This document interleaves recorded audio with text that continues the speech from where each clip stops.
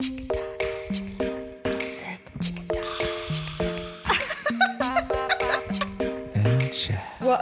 I was trying to figure out what the hell is all the hype about. So I went on my Spotify and I was listening to like some of her songs.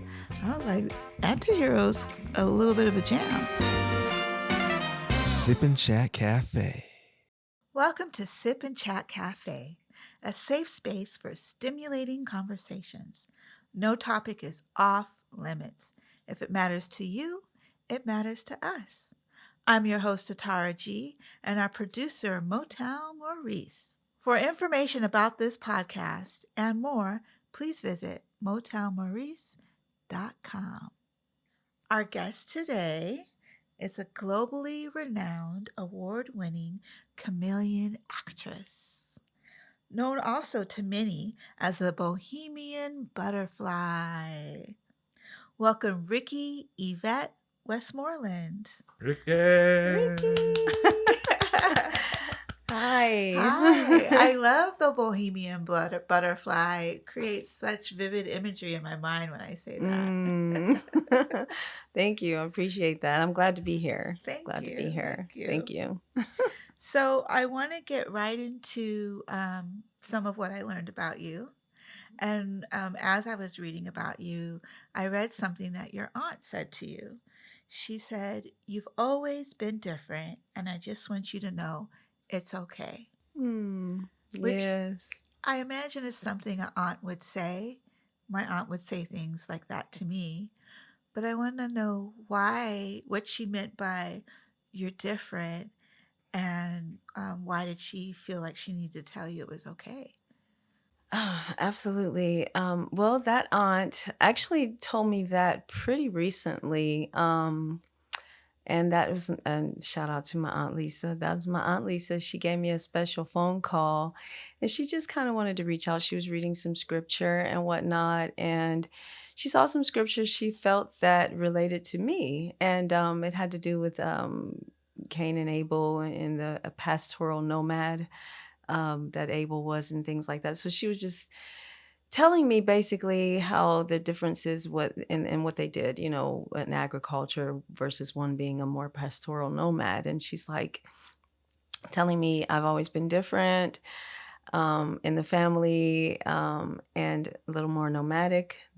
She was kind of clarifying that that's okay. And then she was just, letting me know that, growing up, since I was little, I'd always been kind of different and considered the strange kid in the family. And I was always very otherworldly. And I can explain that at some point for those who don't know what that might mean. But just basically being a different kid. And she was telling me it's okay to be different. And she was backing that up with the story of Abel being, he was a different kind of shepherd. And so she was just saying, it's okay. And I was kind of a strange kid compared to the other kids. I admit it, and I'm not ashamed of it. And it led to where I am today. But yeah, it had to do with being otherworldly and some pretty interesting things. As a toddler, my mom would find me up in the middle of the night when everybody was asleep and throughout the house, not peeping, and the day was calm and quiet. I was up in the middle of the night, sitting in the dark, maybe with a baby doll, off in my imagination. I spent a lot of time alone. I still spend a lot of time alone, actually, but I would be off in my imagination, traveling in other worlds, being different characters. And it was, I didn't know what it was called then, but I would say it was an early form of escapism from some things in my environment. It's not that I had, we had what we had. That was the 70s, right? And so, but being a kid who liked to escape into other worlds in my imagination, that didn't happen a lot in the day. We lived kind of in the projects. And so, that was my time at night. My sister even said, you used to creep me out. I was I was a little creepy. Yeah. Are you still So it sounds like you're a night person, even from a young age. Mhm. Are you still a night person? I am definitely still a night owl. When I would stay up this is back in the day when TV used to go off, right? Yeah. So I would stay up as late as I could before television went off, and there were shows. This is Midwest, small town Midwest girl from Ohio.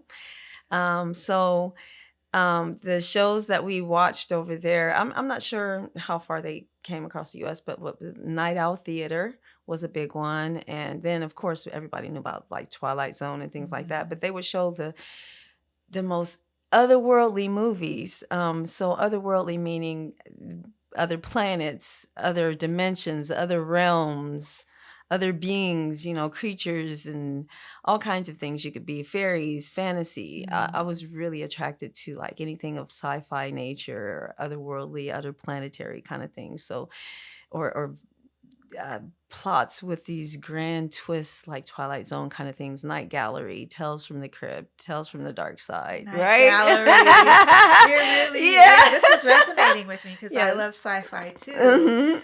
And growing up, my brother and I read a lot. We had a TV, but it didn't get PBS and Kung Fu Theater was pretty much all we watched. So we read a lot, Mhm. and we were always off in our imaginations too. But you mentioned escapism, Mhm. and I think to this day as an adult, I like science fiction because it allows me to escape like reality and think Mhm. about something else. Yes, Yeah. yes. Escapism. Now a lot of people, I see people online who tend to talk about talking about it as a negative thing. I really don't think that it's negative. I think when it comes to, I think it's a human need, a need to escape and to explore different things, and it's a great opportunity to explore your imagination. I just think it's everything that we do, we can learn to cultivate a discipline with it and a mindful approach with it and being conscious about our choices that we make there. So the escapism, of course, as a kid, I didn't know I was doing it all the time. I still do it. I spend tons of time alone, me and myself and I and my other characters. I can't wait to meet them. But yeah, it's a healthy thing to have an outlet once in a while. It's just how you discipline yourself. I mean, I think if we have all these things in life that are tools, you have exercise, you have Yes. escapism, you Mhm. have healthy eating. I mean, Mhm. all of these things are basically coping mechanisms. Mhm. They're neutral. It's Mhm. how we choose to use them. Exactly. So you can abuse escapism, you can abuse healthy eating, you can abuse exercise. Yes. So, yeah, That's a great example. I read an article where a lady actually starved to death from being she was vegan, but it was to the extreme to where she starved to death. So, it was yeah. an Instagram. I think I read that too. Mhm. Yeah. Now, I didn't verify it, but still. Yeah, I saw. You know? I didn't verify it either, but I did see that same post. But yeah, I mean, I do. I get what you're saying. Yeah. Well, Everything requiring balance. everything Yeah. in moderation. Yes. You know, Yeah. and in discipline. I think moderation and discipline are kind of two different things sometimes. Yeah. Yeah. Absolutely. So I want to talk a little bit about your hardships and how you've used this otherworldly side of yourself to kind of overcome your hardships. So I know you were in foster care for a little bit. What was that like? Yes, I was actually in foster care. Now, I want to make sure I preface this, because people tend to hear foster care and they automatically think, well, what was going on with your parents? And so I'm like, wait, back it up. My mom, was a single mom and she struggled a lot. And so, six children. And so, there were a lot of things going on. I'm not saying we had the healthiest relationship when I was young. It's just that she did her best. And so I just want to make sure I'm looking out for my mama there. I know she did her best with what she could. And there was even a time where before foster care, where she had to send my brother and I to stay, in Detroit with some other relatives while she was trying to get on her feet. So, there are a lot of different dynamics there. And I'll just keep it at that, and then respecting my mama's privacy. I'm Yes. saying. So, but yeah, with the foster care, when I ended up in that, I did end up in custody with my grandmother, and I was in about 7 foster homes total. It was a very, um, it was a very, I'll say, colorful experience. There were hardship, and things that, with some of the care that I had, because again, this goes back to being that strange little girl that I had always been. When I would end up in a foster home, people did not understand that little child. They didn't understand me, and why was I the way I was, like very different. And so they would take it as I was a problem child. I was very quiet, shy. I didn't really do much of anything, but they would take it. Well, this child won't open up. They won't talk to me. Go to the next home. And so that's why I got and went from home to home sometimes, because they were wanting something out of me that I didn't really get or understand. I'm just doing my thing, you know. So but it was eventful. I do appreciate the experiences. We did have they had activities with the foster children, going hiking, well, not hiking, going to farms and hay rides and things like that, square dancing. We did a lot. There were some fun times through that, but ultimately, it also gave me the experience of having um, gone through different schools, because where I lived, I went to different schools as well. So I got to know a lot of people. It's like, since I was little, I've moved around a lot, and now I still do that to this day. But getting to know a lot of people along the way, it had its ups and downs. It Hmm. makes me think of, um, I'm kind of connecting what you're saying with the chameleon, your use of the word chameleon actress. Hmm. Because we moved around a lot too. Hmm. And my brother and I had a very small stint Yeah. in foster care, very, very short. Hmm. Um, but when you're moving around a lot and you're always in a situation to have to develop new relationships and start over, Hmm. you almost, a way to deal with that is to become a chameleon. Hmm. You go into the Hmm. situation as a chameleon, become what you need to so that you can assess the situation Hmm. if it's like okay to be yourself or not. Yes, exactly. Yeah. Yes, absolutely. I 100% agree. Yes, and you're right. And and I also use the word nomadic too, because I do, I have moved around a lot since I was young. But yeah, it's I I look back on that, and one part of that I'm grateful, because when I encounter other children or other people who might be going through that same thing or going through care, I'm at a place where I can relate to that, Hmm. because by way of experiencing it for myself, not to say that's the same, but I definitely can have an understanding, or some form or level of empathy for talking, or being an outlet, a shoulder, an ear, or whatever they might need in that moment. So when it comes to young children, I'm very advocate. I'm a pro advocate for children, because especially when you're different, you're misunderstood, and the world could be so harsh, and I don't a lot of people run away from their story or their experiences, and I'm an advocate for embracing your experience, and that goes, eventually we'll talk, but goes into the kind of psychology that I like to embrace, but the more holistic perspective on anything, because you are a whole person. A lot of Western medicine tends to compartmentalize everything. Hmm. Even in psychology, it's analyze, psychoanalyze, this and that, parts and parts. But essentially, you only really get to know who you are, or start to even get an idea of yourself by really looking at the things, the good, the bad, the ugly, because it's shaping you. It's like that's why I like the butterfly, cocoon the Mhm. butterfly. That cocoon, in that cocoon is pure destruction. It's ugly, That's a lot mama. going It's on in there. it's literally digesting itself. Yeah. It's horrible. But nobody says, "Oh, we just going to go the butterfly escape," and we understand the cocoon is necessary from caterpillar to cocoon to butterfly. We understand that. So that's why I like that metaphor. But that being said, yeah, with the foster care experiences, I like that in anything that I've been through, being able to relate to people who might need somebody to understand or to even validate their experience if I can, or something like that.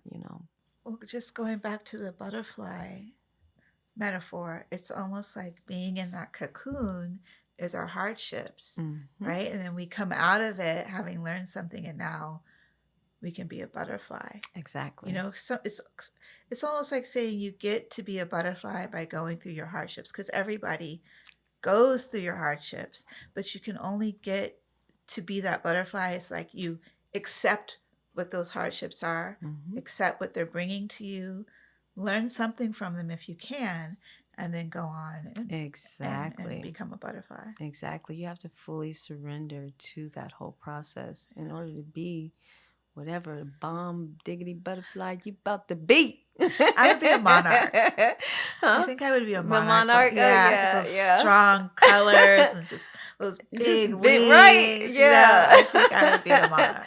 I love it. I love it. You're a beautiful monarch, my love. Thank you. Thank you. Thank you. So you evolved from your hardships, because Basically. look at you today. You're truly a butterfly. Thank you, mama.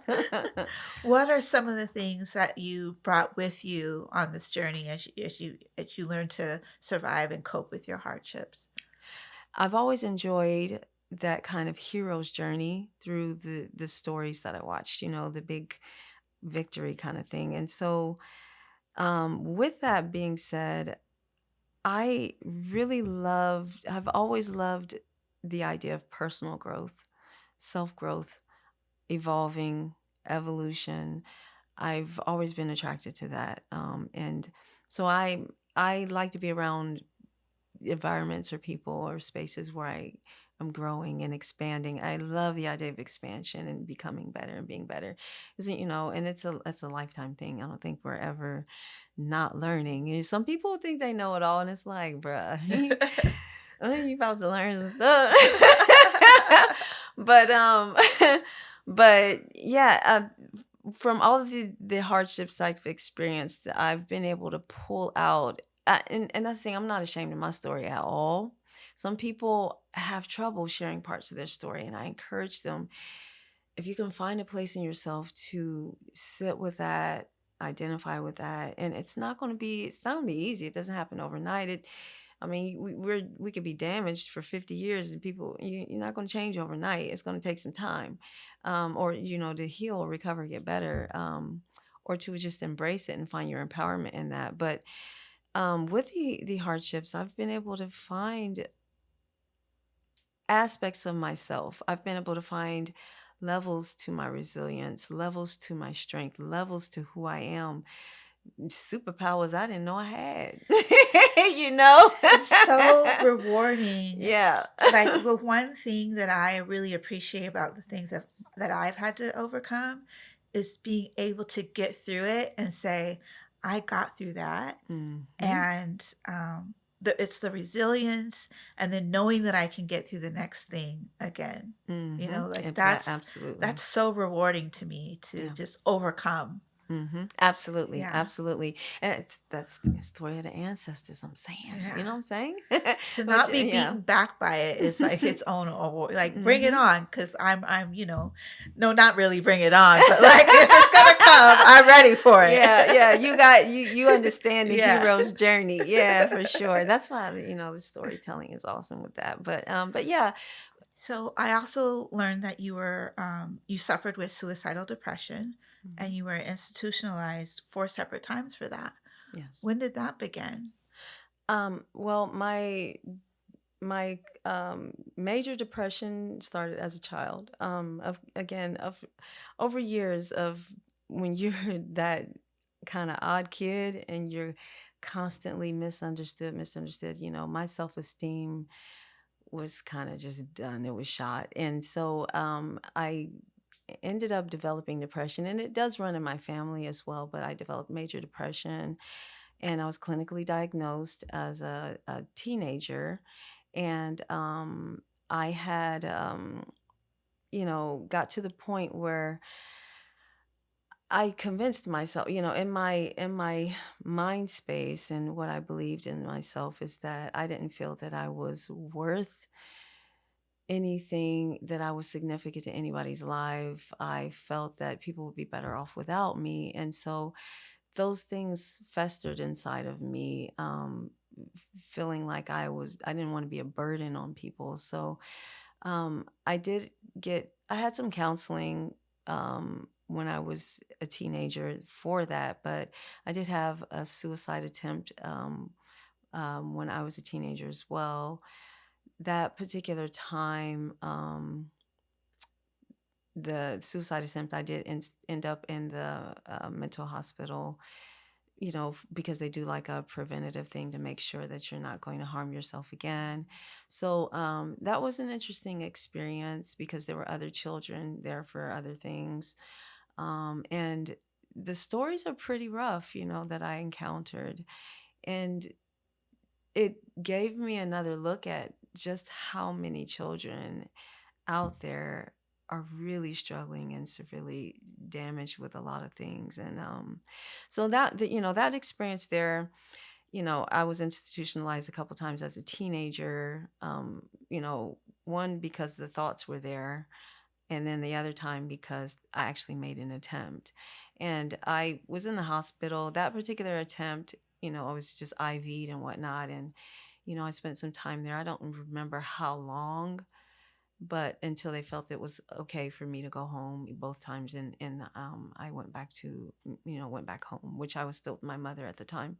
And then I had other the two other times I was institutionalized for my suicidal depression was as an adult.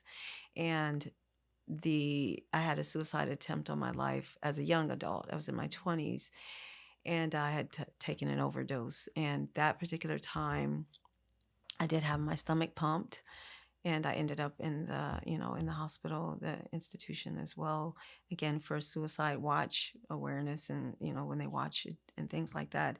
Another time, I I administered it myself because I had some time had gone by. I was getting counseling, people coming to the house and things like that to check on me. But the last time I had experienced the hospital, it was more like self admitted because Mm. I was feeling like I might do something. And so that was the last time I was institutionalized before I went on another journey after counseling and all these different things, when I started to tell myself I don't like this medicine. And I changed that whole dynamic and stopped. And Mhm. I've been self therapy ever since, but we can get to that. I want to jump back to the last time you went into the hospital, how Mhm. you took yourself there, Mhm. and just say kudos to you for doing that because that's growth. Yeah. When you've attempted, a couple times before, and then you recognize you're getting back to that same place, Mhm. and then you find the courage to seek out help. Like that's real growth. Thank you. Yeah. Thank you. So that's awesome that you did that for yourself. Thank you. I appreciate that. Yeah, I and actually at that time in my 20s, I did have my children. And those thoughts, people think, well, you had children. I had, my one of the attempts that I had, I convinced myself that they were better off without me, that I was like pointless, like, they do so much better with somebody else. Those are the things that go through your mind. And that's when people don't understand how beautiful you are. I didn't know, and when I started to learn, we're so complex and layered, and we have beautiful stories, to share. So yeah. My sister always Mhm. says something. She says, I'm like an onion. I have many layers. And I know that's Exactly. really simple, but it Exactly. really sums it up, Hmm. the human condition, really Exactly. well. You've got Exactly. the skin, you've got that first layer of onion you always want to peel off and throw Hmm. away. Then you have all the other layers, Hmm. between there, and then you get to the core, Yeah. which is this tiny little thing, but sometimes can be Exactly. the sweetest part of the onion. Exactly. Yeah. Exactly. Mhm. And as I learned about these things that you went through, you know, homelessness, the attempted suicide, sexual harassment, rape, neglect, attempted kidnapping, it just feels like to me, people have seen you as a person who is, to them, seemed vulnerable and, tried to attack you in a certain Hmm. kind of way. Hmm. But then it's clear you've survived each one of them, Mm. and come through. Thank you. Yeah, each particular time, when you look at your story and your experiences. Now, I'm not. I think people need to be careful. I've heard people say things like, "You create your reality," and so if you're manifesting this, and there's a, I get it, but it's not always done mindfully. In a way, it's like, it sounds like it's victim blaming, the way some people come at it. But for myself personally, I have looked at that, and taking accountability and responsibility on my own growth. And it's like, when I look back on these experiences, all of those experiences, I was in a very vulnerable position. Of course, when you're a child, you're vulnerable, but as an adult, I was always in a vulnerable state and overly trusting people. And so over time, it's not that I was a bad person for it, but over time, I learned that my lessons were to learn to increase my boundaries, to set boundaries, and to be more discerning of people. So there were lessons I had to learn out of that as well. And so, on the flip side, that's kind of part of that. But, I think that if you look at your story honestly and embrace things where they are, and careful not to victim blame, but like, okay, this happened, it was wrong, it was horrible. Now, what can I learn from this? What can I do moving forward? How can this empower me? Even if it hurts, like, I would go through my growth process when I'm sitting with my story and certain elements of things that I've gone through. My alone time, I spend a lot of time in nature. So I love talking to trees. Girl, give me some trees. But me, trees, plants, flowers, that's my sacred space. That's where I commune with God. And but I check in with, nature when I commune with God, and lots of alone time. But in those moments, um I go through it. I allow all my catharsis. If I'm screaming, crying, yelling, whatever needs to happen, I'm allowing that process, because when you're in these moments, when you're real time in moments and you're allowing them, the revelations are coming, versus when when you suppress those things and I'll deal with that later.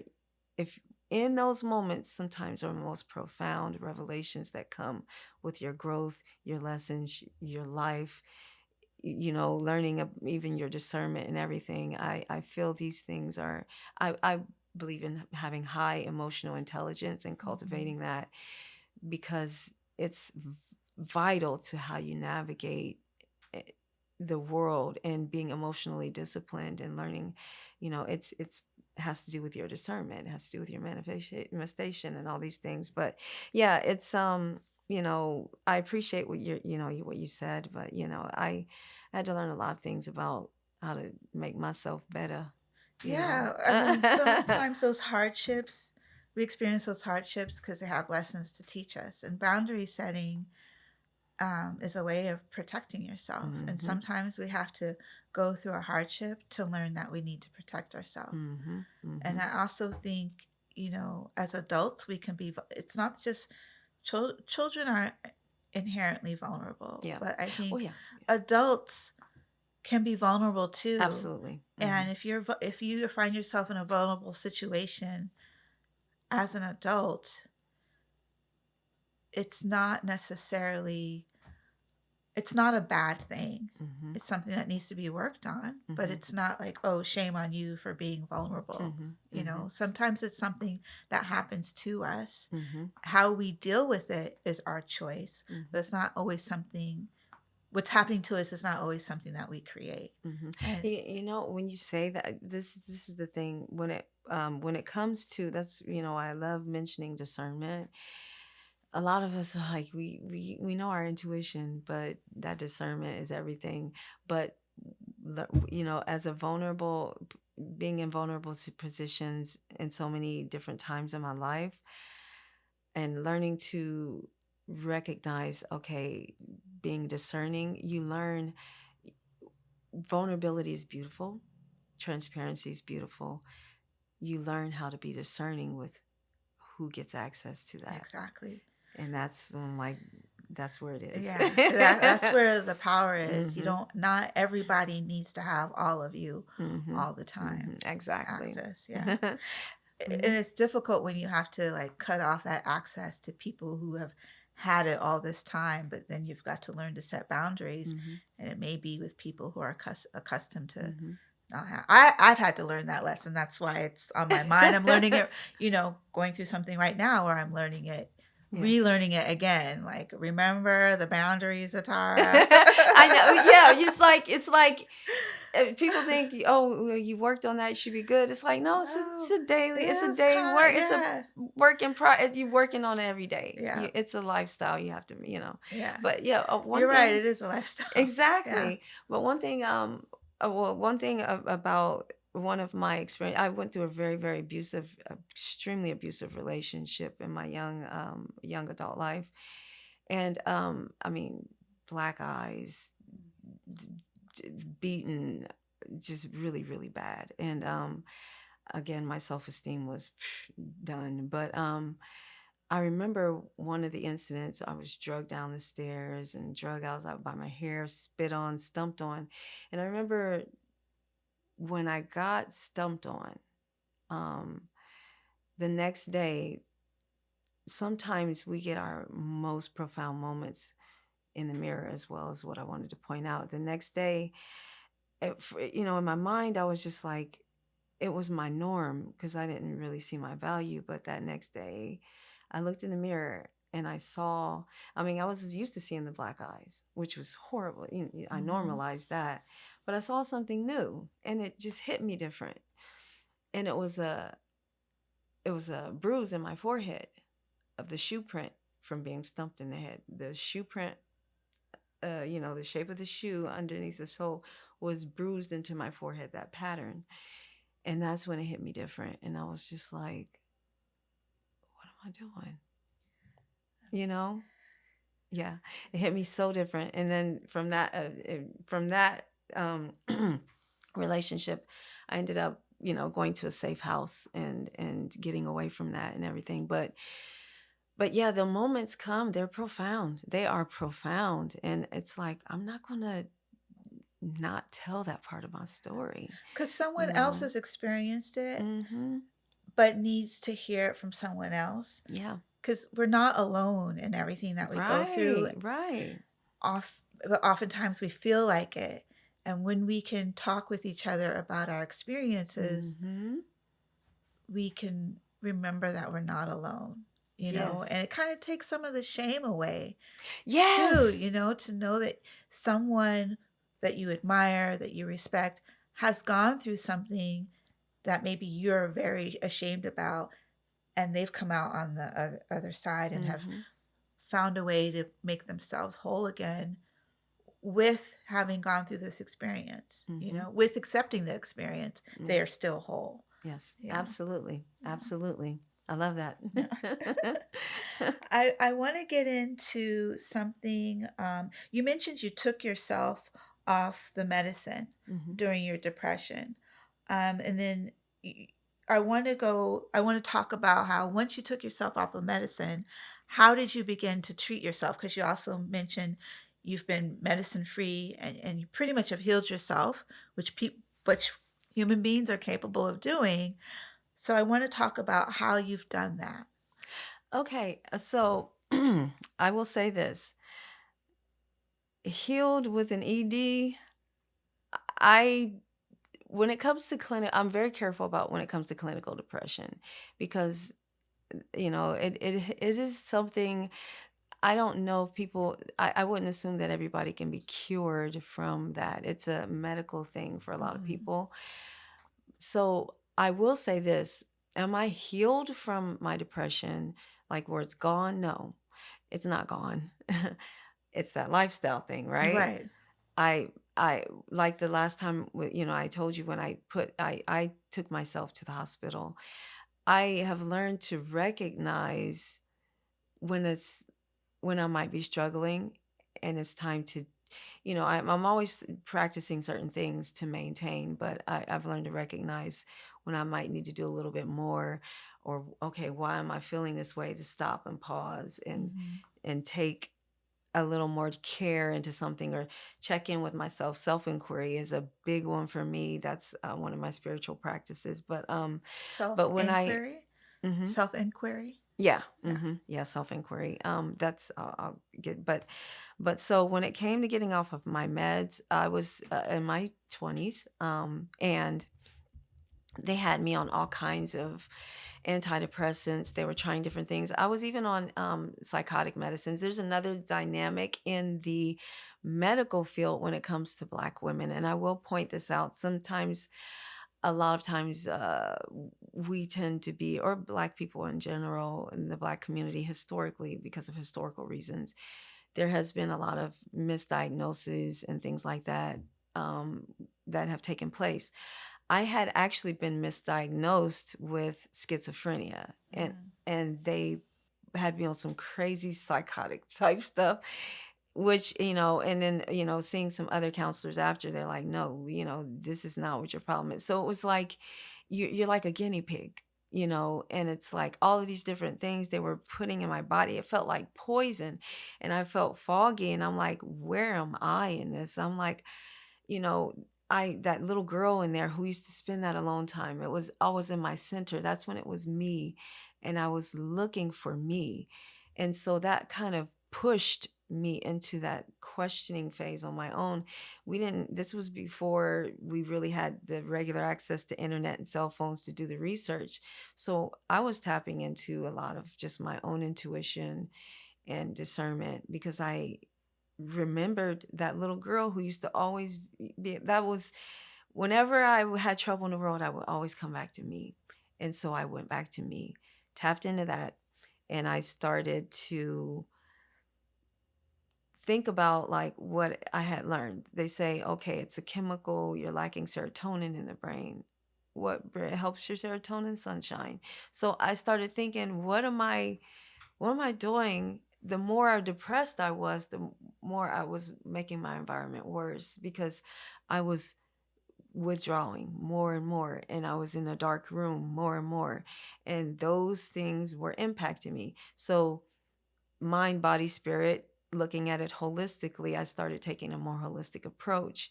I got myself more sunshine. I'm not saying that, again, not recommending that it's going for everybody, but it did make some differences with me. I started to notice changes. And then I started thinking about the colors. I don't know, this was all intuition, the colors I was around. And I just started noticing like, this color is making me feel this way, that way. And then the caffeine, I noticed I would have these horrible depressive crashes. The therapists that I had spoken to weren't asking me about my environment, how had my day been, what did I eat, what was I surrounded by, where was I living, what kind of clothes, anything that can impact your overall well-being. It was just mostly like, compartmentalize questions about this, that, or the other. But one of the things that really scared me to really pull back was I had experienced a few episodes of they call disassociation, dissociative amnesia, and I had when I went through big bouts of stress, I would disassociate. To this day, there was like periods of time I do not remember. They're gone. They are blackety black gone, and so it scared the crap out of me. I was working at a job, and I must have associated an employer. The boss at the time, she was ticked off at me because I was doing commemorative letters for people whose children passed away at the hospital, and so we were doing the correspondence commemoration letter. She pulled me in her office. She was upset. She was like, "What is this?" She was so mad about letters I had been sending out. I had no recollection. I looked at the letters. It was my signature, and it was just gibberish. And I was like, I had no recollection at all. And so that's another thing that pushed me, like, I gotta get myself what's going on. And that intuition, I checked in with my creator source, and then that's when I started changing things. My colors, I noticed I was always sensitive. One of the things too, as a child, I've always been sensitive. Allergies, bubble girl. They used to call me bubble girl. Because not just sensitive with allergies, but sensitive to sensations, energies, environments, and very environmentally sensitive. So when people got bad stuff, and so I move the world a certain way. That's why I was the way I was as a kid. So I was a sensitive child, very energetically sensitive. So that was another thing, and I started paying attention to these sensitivities, and I'm like, this smell makes me feel awful versus this smell. And I just, over time, I was like, the medicine feels like poison because it's foreign. My body doesn't like foreign things. And so when I started to change out the medicine and implement more of the things that my body seemed to like and respond to: sight, smell, sound, environment, people, all of that. Even though I moved a little weird, I noticed I was getting better. And so that's and it was a gradual thing. And I just kept working with it over the years. And to this day, I've learned a lot more. I've gotten a lot stronger with it. And so I just have that more holistic approach. Checking in with me. I think you said something that I find very important is intuition. Yes. I think I think that's something humanity has oppressed in themselves or pushed down is their intuition. And I think I started tapping into my intuition in my 20s Mm. because I was just not able to figure things out. So, and it's scary to listen to yourself when you doubt yourself and have never listened to yourself before and are always looking for an outside source to help you make decisions. But yeah, it's very important. I think intuition is so important. And I'm glad that you listened to what your body was telling you because that's your intuition too, you Yeah. know? Yeah. Absolutely. Yeah. Thank you for that. Thank you. Yeah. And I think I'm a lucky case in that because again, there are people out there that probably do need some kind of um, therapy, medicine, or something like that. Everybody's case is different, Mm-hmm. which I like psychology. Some people do, when it comes to even like say you're dealing with psychopaths or narcissists, it's a spectrum.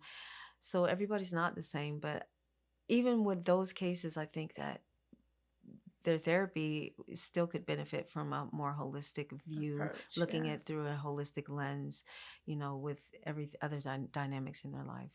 It's like a recipe, right? Like how we take care of ourselves is a recipe. Mm-hmm. And I think some people will use more Western medicine. Some people will use less Western medicine. Western medicine. More people will use more natural foods. Mm-hmm. Some people at the situation that they're in need more medicine and less natural food. So I think it's about getting the right recipe. And that's how intuition plays a role. It's helping you figure out the right recipe to help yourself of the things that are available. Yes. Yeah. Yes. So we're going to take a quick break, but when we come back, I want to get into Riki's World Butterfly Thera-Tainment. Ooh, yes, mama. I love the word Thera-Tainment. I'm Thank excited to you. learn more Thank about you. that. Yes, let's do this. Let's do it. What people don't realize is that our ancestors were revolutionaries. So if you have Haitian blood running through your veins, you too have the DNA of revolutionaries. I've come to accept Motown is not like the rest of us. Take it or leave it. Motown was fearless. He thought out of the box.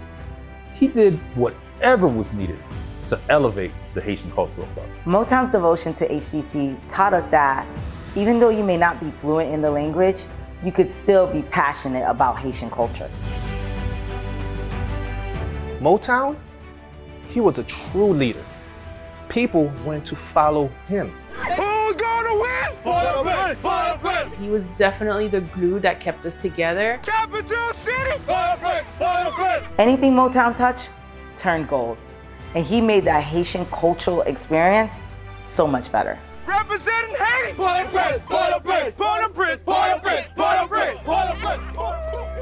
All I ever wanted from my sister was for Motown to be my brother.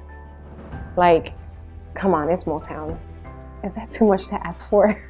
Spearheading the festival with Motown Maurice is one of my highlights as a Haitian American, and I will never forget it. Audacity of Host is streaming now on Tubi.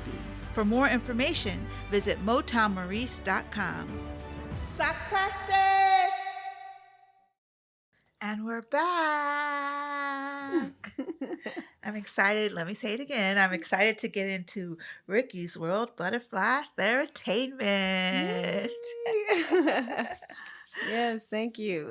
So tell me about this. I understand it's it's a platform you're creating, and it includes many characters coming to life and kind of an immersive experience. Yeah, okay. Yes, absolutely. Thank you so much for asking. I'll start with this. I'm still in kind of the process of defining the actual platform. But for the most part, yes, it's a platform, an empire I'm building, where I have tapped into the things that I learned as a little girl, that escapism, and pulling from those stories, but all grown up. And in a way that from learning as a child, I learned that these stories have actually been part of my therapy. And that's hence why I use the word Thera-Tainment. But as far as Riki's World Butterfly Thera-Tainment, yes, it's my platform where I have Riki's World essentially is my concept of a world that's in the fifth dimension, just beyond the veil of our 3D reality, darling. And in this fifth dimension, it's where I get to explore all of the things I love from like child, which is like, in the fifth dimension, it's um, metaphysics and quantum physics and holistic psychology and personal growth. But everything, the whole framework of Riki's World itself as the world is it's like a 5D reality, but it's all framed by the laws of metamorphosis. Hence Riki's World Butterfly Thera-Tainment. So butterfly meaning that the whole platform, everything that I do relates to some form of evolution for our humanity, for people individually or collectively. It also the movement of a butterfly, because my platform, I also look at that being a little bit more nomadic. Butterfly is like a nomad of the skies, right? It travels and flits from flower to flower. I really enjoy that. And so the platform, I'm prepping to travel with elements of that, spreading the character and the Thera-Tainment, which is the actual style of entertainment that I do, which the characters I draw from my own life, my own story, and real world events. I use fictional characters that dive into real world relatable issues, share elements of my life story, and all of their journeys are transformative, in which they influence personal growth, or in some kind of immersive experience. Now, I do have a couple of characters that I'm performing soon from that platform. There's 12, but the immersive experience is being like where I'm engaging with the audience, and the story that's unfolding based on that character, it's relating to the audience in a certain way. So they're feeling like they're getting an experience and growing from that experience at the same time. So, yes, 12 characters that I turn into essentially personal growth experiences for people who are watching for their self-growth journey. So is each character an experience, like, does each character embody an experience you have, or do they embody a type of growth? Okay, so it's kind of a culmination of all of that. Like, for each, when it comes to personal growth, I believe that there are a lot of different facets to that: mind, body, spirit. And then you have your real world experiences, your humanistic experiences, your cultural experiences.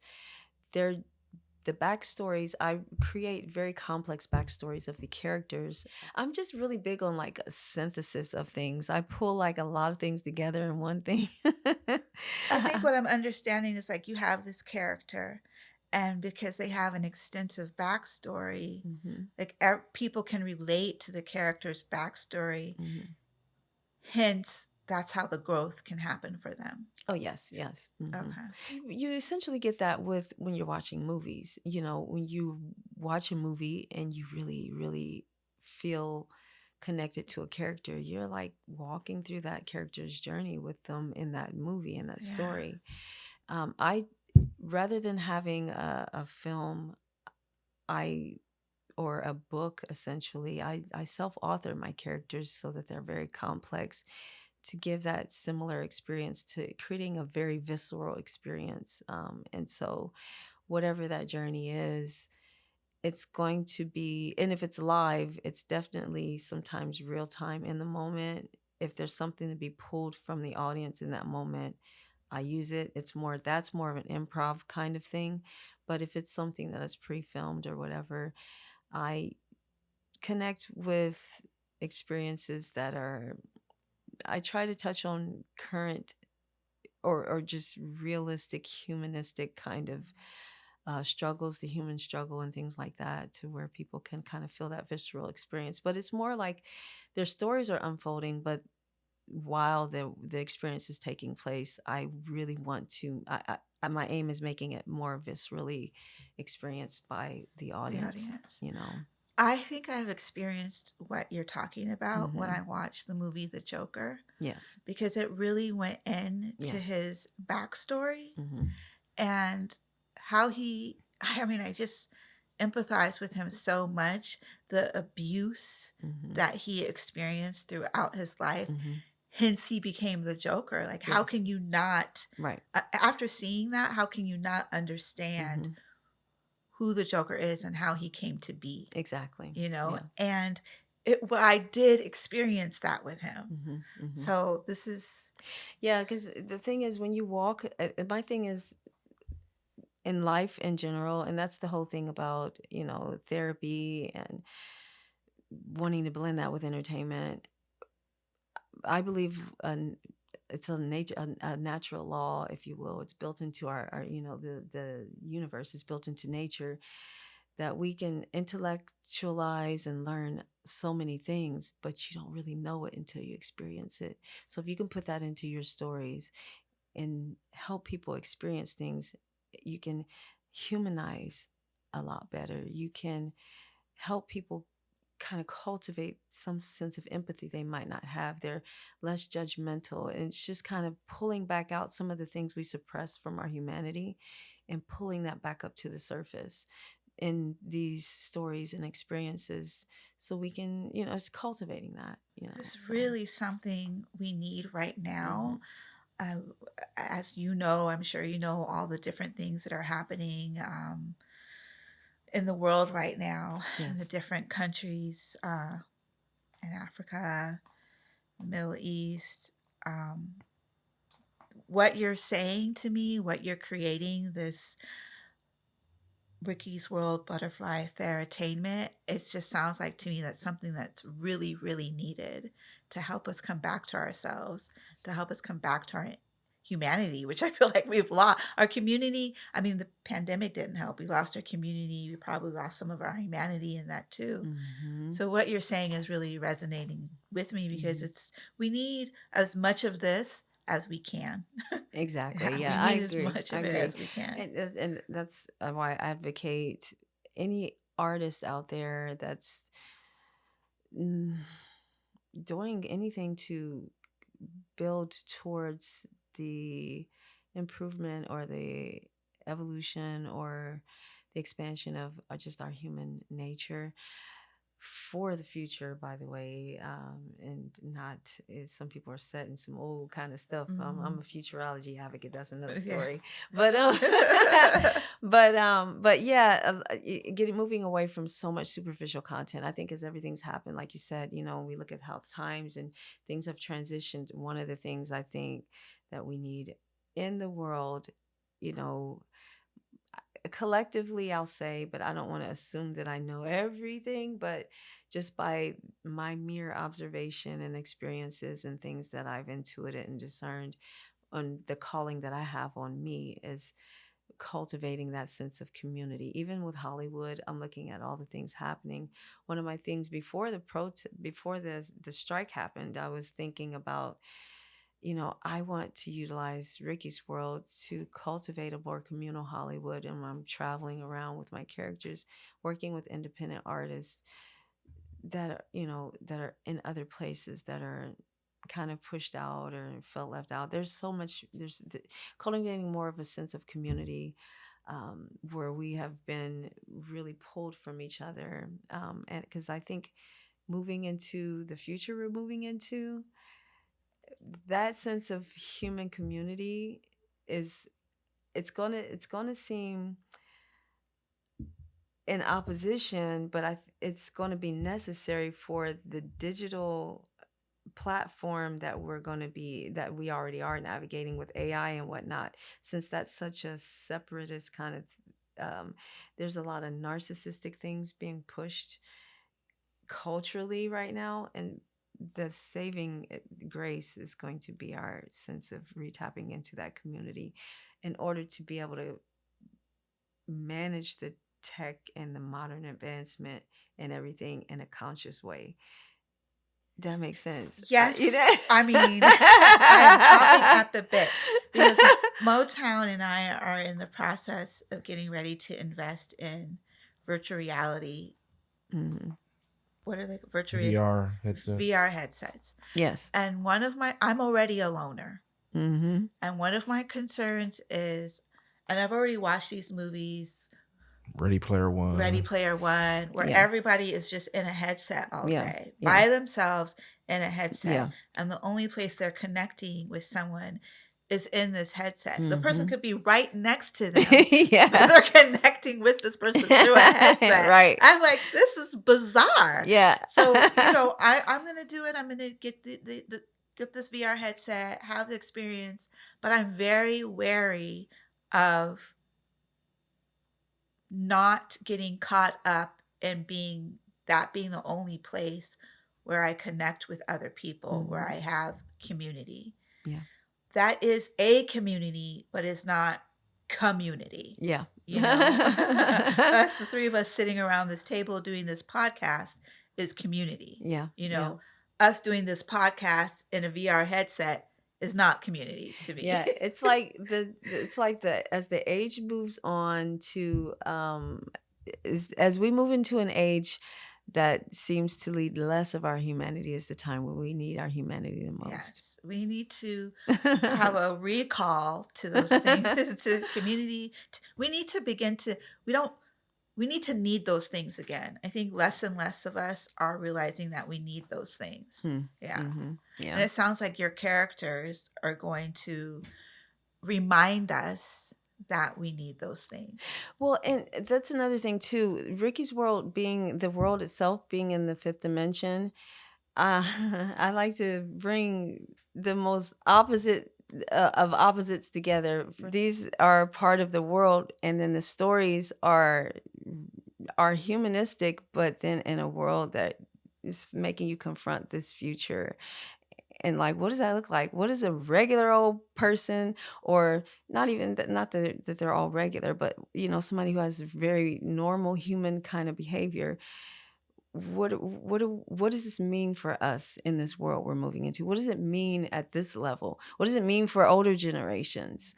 What does it mean when I don't know, I'm dealing with depression, and then you got this going on? What does it mean with just normal everyday things? There's so you many know? things. Like when you talk about the older generation, as we move into the future, they get Mhm. left behind. That's a Mhm. whole nother class of people that's being left behind just because we're moving into the future. Yeah. Well, and that's the thing too. You know, kudos to my mama. Mama. Okay, so kudos to my mama because I talked to her not like maybe a month or so ago, and she's like, I'm taking these computer classes. She's trying to get ahead, you know, she's trying. She's like, I know I gotta learn. And I'm like, yes, mama, you know, because she wasn't really into all that, you know, but she's trying. But yeah, I believe that now I will be covering some of that actually in my performances coming up, because the thing is, we're in times of transition. A lot of people want to address where we're headed, and which I think is great. Um, Michio Kaku, he's one of my favorite theoretical physicists, and I'm just saying he does that, and I'm like, yes. But at the same time, some people kind of set in their way and don't want to, and they just fear everything. But in times of transition, people address one or the other, and I'm trying to find and address where we meet in between. So if that makes again, your sense. holistic approach Yes. to things. Yes. Yeah. I like it. I like it. So there's an aspect of Ricky's world, which I'm really interested in also, which is the butterfly nectar. Yes. That sounds delicious. Oh, it is exquisite. It's the best of the best, darling. So, yes, I call it butterfly nectar as a metaphor, basically, to everything that we already have essentially in life. We get nuggets of wisdom. We get anything that we get that adds to any kind of wisdom or advice or insight or experiences that we get that adds to our growth and expansion in our human form. Well, the butterfly nectar is a metaphor of that being, we're cocooning, becoming butterflies, everything being framed around metamorphosis. Well, the nectar is when you're a butterfly, you're taking butterflies drink nectar. So hey, butterfly, you're flying around, take a sip of this nectar. Oh, be the change you want to see. Oh, that's a good nectar right there. Sip, sip. So it's a metaphor. Whenever I see or hear good nectar or want to share some good nectar, it's butterfly food. So we could liken it to like knowledge. Yes. Right? Yes. I love that. Knowledge, experiences, anything that's related to Helping growing, us, growing. Yeah. Helping us evolve. Yeah. Butterfly nectar sounds much more enticing than knowledge, though. I'll say that. Yeah, right. Well, it depends on the person. Some people are very stoic. Yeah. You're like, oh, let me tell you the tea. I rather like, let me have some of that nectar. There is one more element, which is a part of everything I do. Because, obviously you hear that I'm into future things. I'm into quantum physics, metaphysics. I actually, I didn't graduate college, but when I was in college in Florida, I know it doesn't make sense. I was a 4.0 GPA student. I know, like, why didn't you? Anyway. It's the learning that counts. Okay. But yeah, it's the learning. It's part of me is like, I wanted more. And I just, at the time, I didn't feel like I was being offered there wasn't anything I was interested in further. But now the colleges are offering like quantum physics and I'm like, whoa, I know. whoa, you got it now? So I'm like, I don't know. Let me take a look and see. But that being said, those things are all integrated into the world, and also my spirituality, which is extremely vital. I'm extremely spiritual in my approach to everything. And so it's at the root of everything, when it comes to the growth and all of that. A lot of people don't know that I went on a spiritual journey, a spiritual path, and I was actually initiated to be a monk of the school of neo-humanism. So I'm still in touch with my teacher from that. So that's the kind of alone I like to be sometimes, like the little monk, little Riki monk. So yeah, but that's a part of that. Is one of your characters a monk? No, well, I'm the host essentially, so elements of that come through me, but I don't have a specific like a monk character. No, most of my characters really relate to Black American experiences and women too, because that's what I know the most. So a lot of those messages come through there. Yeah. Well, let's get into some of your characters. Yes, darling. Do you have Elder Miss Ruthie? Can you tell me a little bit about her? Oh, I sure can.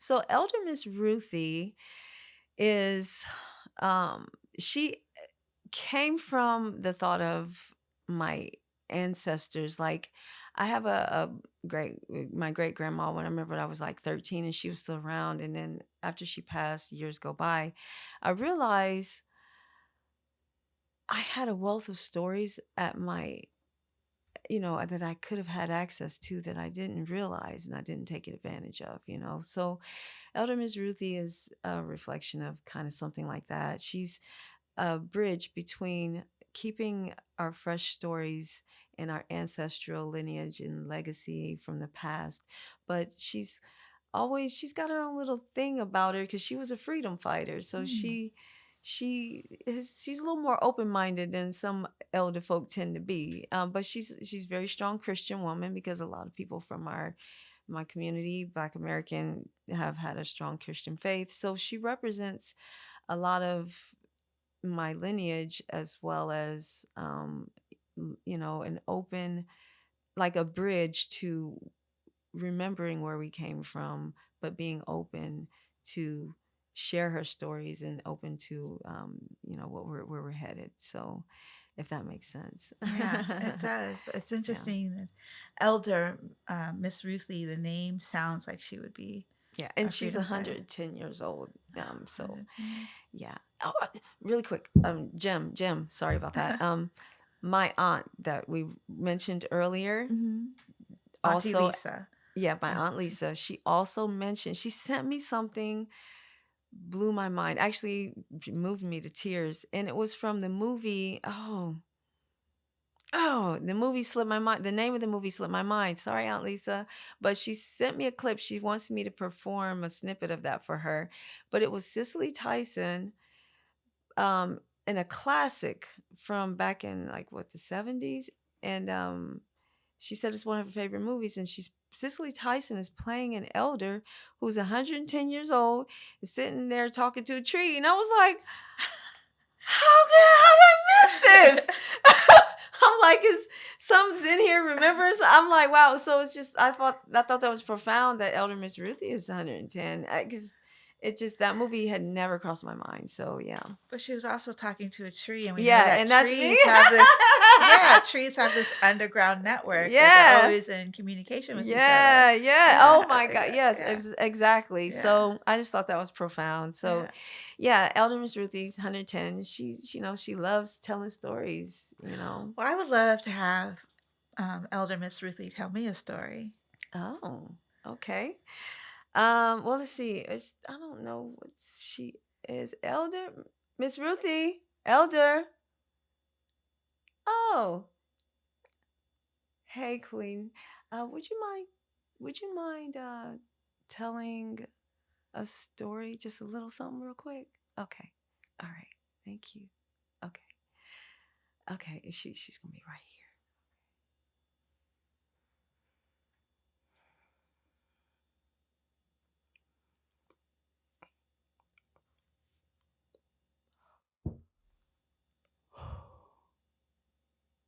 Oh, hello there. Hi, Miss Ruthie. How are you? I'm good. How are you? Well, I'm good. Well, my name is Elder Miss Ruthie, and I'm 110 years old. Oh, my goodness. And I love to tell stories about my black lineage, heritage, and my legacy. What's your name, sweetheart?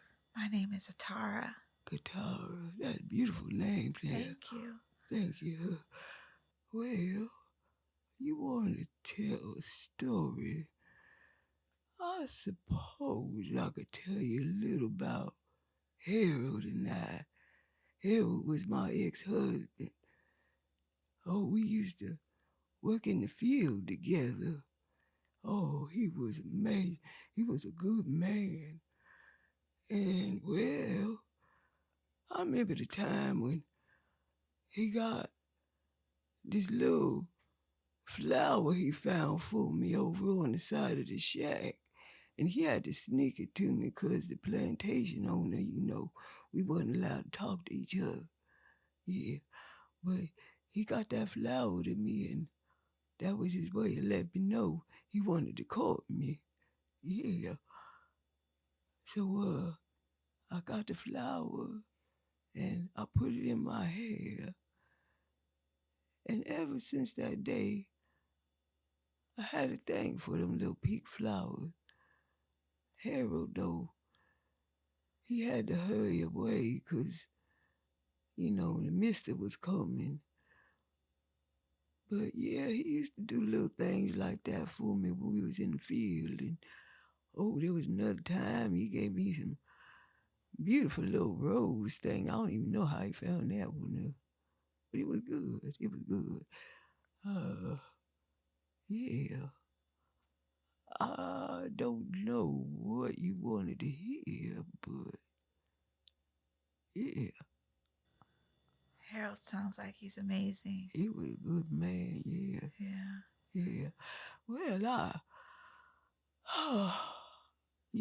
I actually heard there was a lady I come across one day. Oh, she was a firecracker. Oh, she was magnificent. Her name, they called her Josephine. She was a good woman, I say. And it was some time after I had my stroke, I had a stroke, and all this interesting stuff started happening to me. But yeah, she reminded me when I was a freedom fighter. Yeah. I don't know what else you want to know. Were you and Josephine friends? Yeah, well, a little bit. She was a little bit feisty for me. I'm a Christian woman, and she did little things, but I appreciate the work she did. They called her a revolutionary woman. Yeah. I appreciate her. I did. And she did a lot of things she was starting her own revolution, you ain't know. Yes. I'd love to hear from Miss Josephine about her revolution. How can I find her? Well, I think she always looking around somewhere. I don't know. Sometimes I don't know what to do with her. But let's ask Riki. I think Riki can probably help us find Miss Josephine. Probably. Oh, all right. Well, I'll let you get on back, and you got such a pretty name. I appreciate talking to you. Elder Ruthie, thank you so much for coming by today. Of course. All right. It really warmed my heart to sit with you. Yes, God bless you, baby. If I find Josephine, I'll let her know you said hello. Maybe. Not today, though. Okay. Yeah. Oh, all right.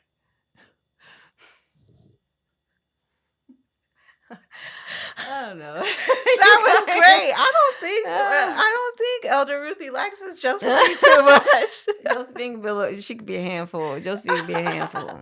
Josephine, yeah. Josephine was my great grandmother's name. Oh, really? Mm-hmm. I love that. Yeah, that's beautiful. I named one of the characters in the screenplay we wrote together after my great Mm. grandmother, Josephine Foster. We called her Other Mommy. Oh, Yeah, because at the time, this is my mother's grandmother. So at the time, they were all growing up in the house together. My grandmother, my great grandmother, and all the kids. And so the kids would say, "Mommy," and then my grandmother would answer, but they really meant Josephine. So they would go, "No, Other Mommy," and so Other Mommy just stuck. oh, Other Mommy. That's beautiful. I That love was it. an amazing performance. The voice, like Oh. literally, you transformed into her. I appreciate it. I appreciate it. I usually there's a lot more preparation for her, and it's a little more complex. But in the moment, thank you, thank you so much. And Harold, and bringing the flowers leaving the flower for her in secret, so that she knew their little, I guess, like secret messages with flowers, right? Yeah. Yeah. Yeah. So tell us about your other character, Miss Josephine Brown. Okay. Oh, Josephine Brown. So Josephine Brown is basically a Black revolutionary. She is also connected to my lineage. She was a civil rights advocate, activist, and then, with the whole dynamic with, Dr. King and the civil rights movement passing and ending, there was still, a lot going on. So she became a Black Panther Party revolutionary. And then Black Panther Party was infiltrated and slowly dissolved, went down. And so Josephine's story, the fiction part, comes in when she's had an ability to see things a little deeper than most, and especially dark things in the nature of the Black American experience. And so she started her own revolution, but then she had some tragedy that happened, and somehow she ended up in the future. So she's straight up out of 1972, Black revolutionary who in the future in 2023. Which is what I talk about in my performance coming up as well. She's basically tragedy struck and she woke up in the future. But she was always a little different. Yeah. But she's fiery. Can you give us a little snippet of her? A little snippet of Josephine. Okay, let's see here. Okay.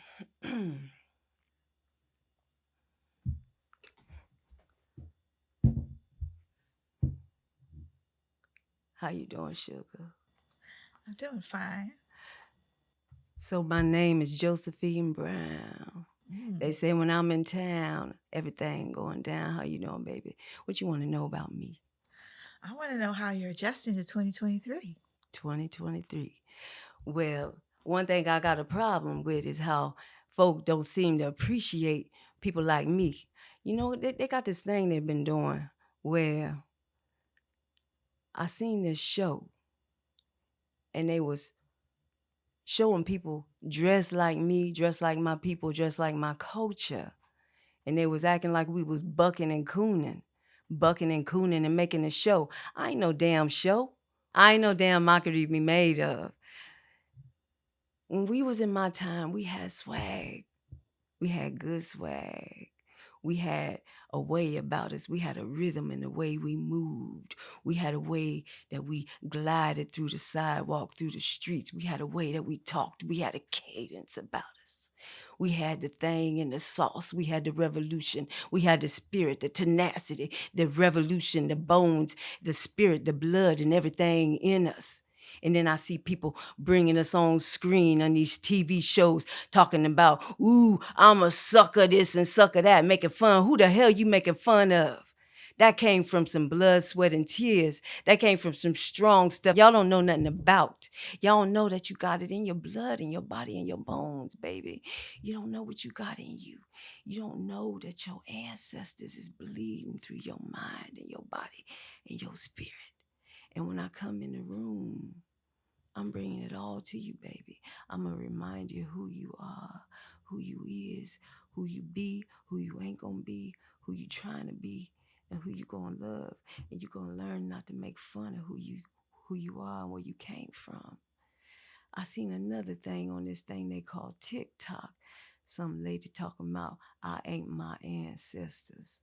I ain't my, what the fuck you mean I ain't my ancestors? Do you know where you come from? You understand where you come from, right? We come from revolution. It's in the blood. You know where the fuck you come from? Can you tell me? I do, but you're scaring me. I'm scaring you. Good. Because that's where we coming from. All that power. And the thing is, we are people of love. We got a whole lot of love in our community. We tap into it all the time. We got this telepathy, this psychic thing about us. You see a whole group of white folk and you look down the street and you see a Negro standing down the block. You're going to notice the Negro. And you're going to notice him and you're going to acknowledge each other. Why? You're going to acknowledge each other because you know something about something.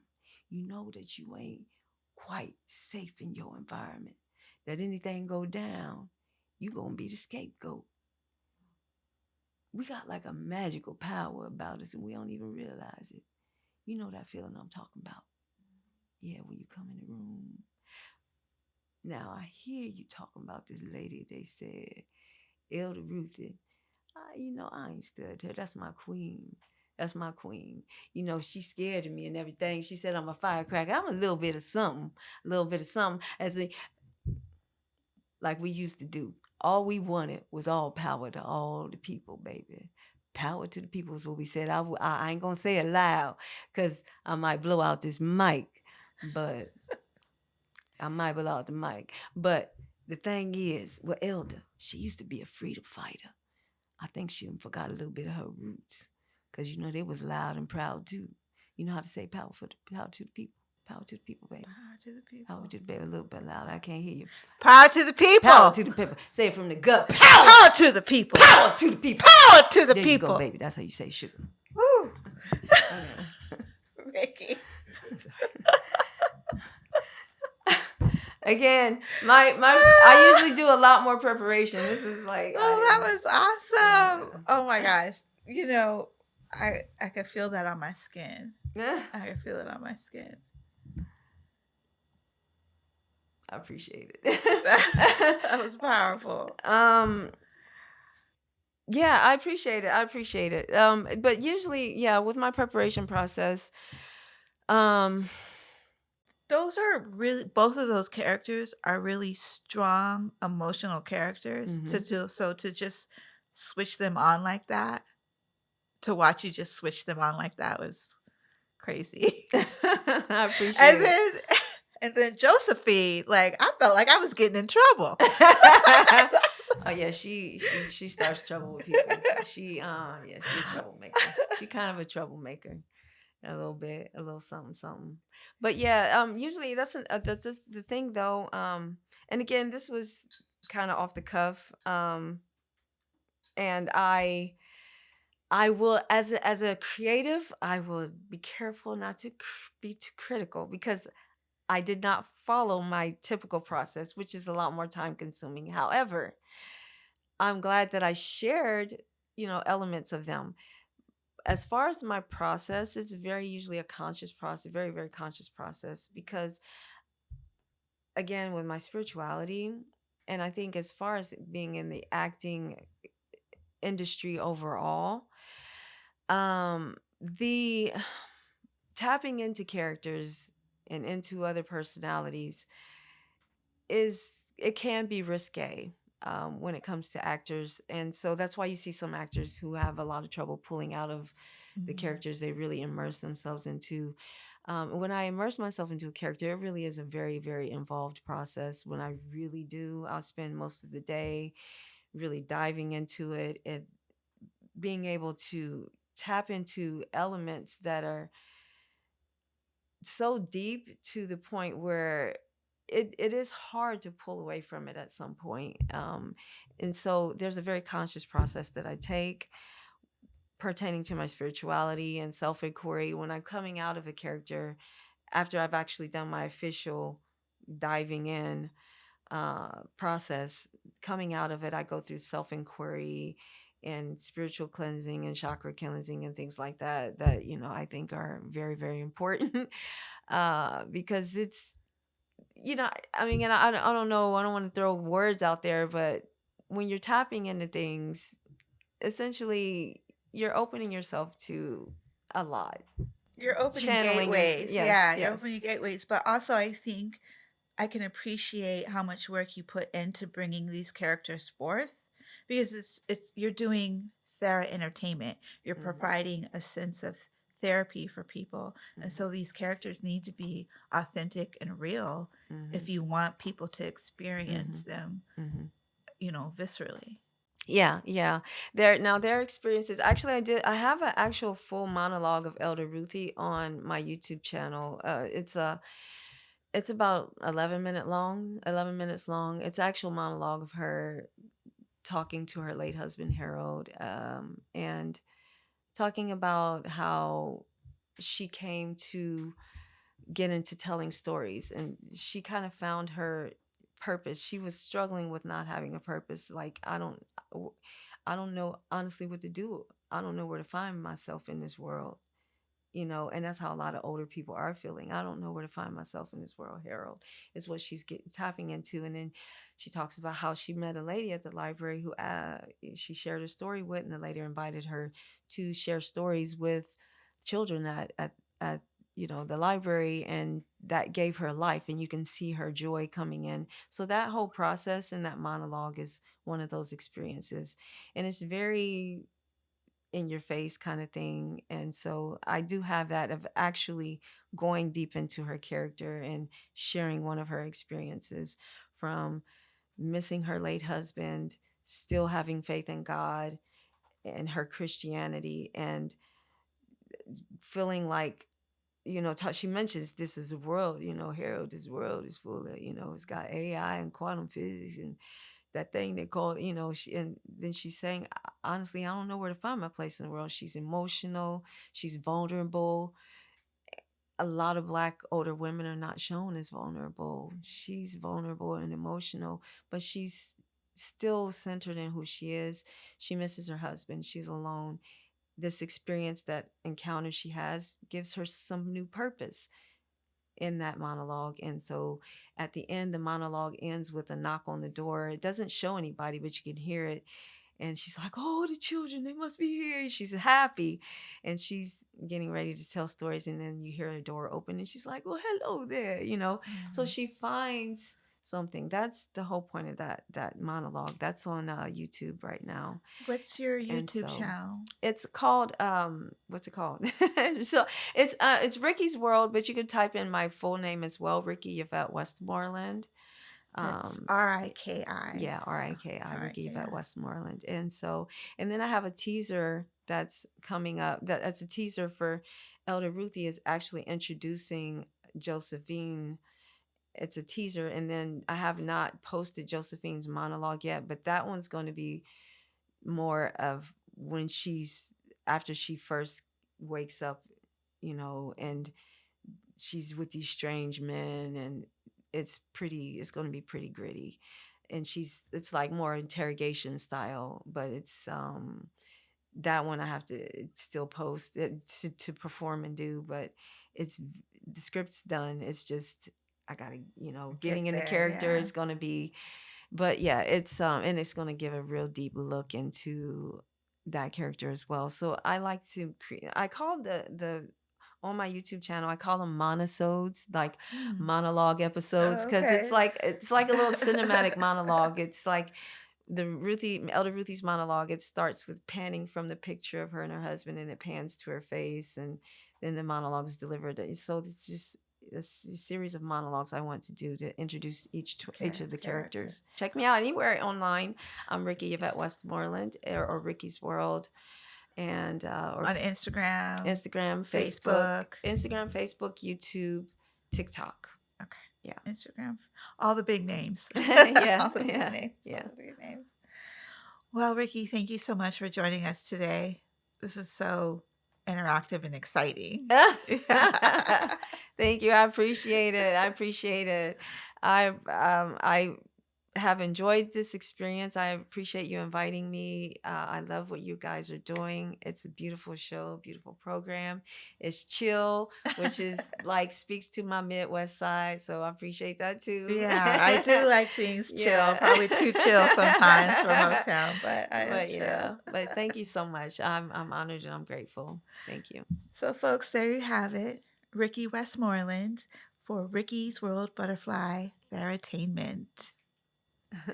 So hit that subscribe button so you never have to miss a single episode of Sip and Chat Cafe.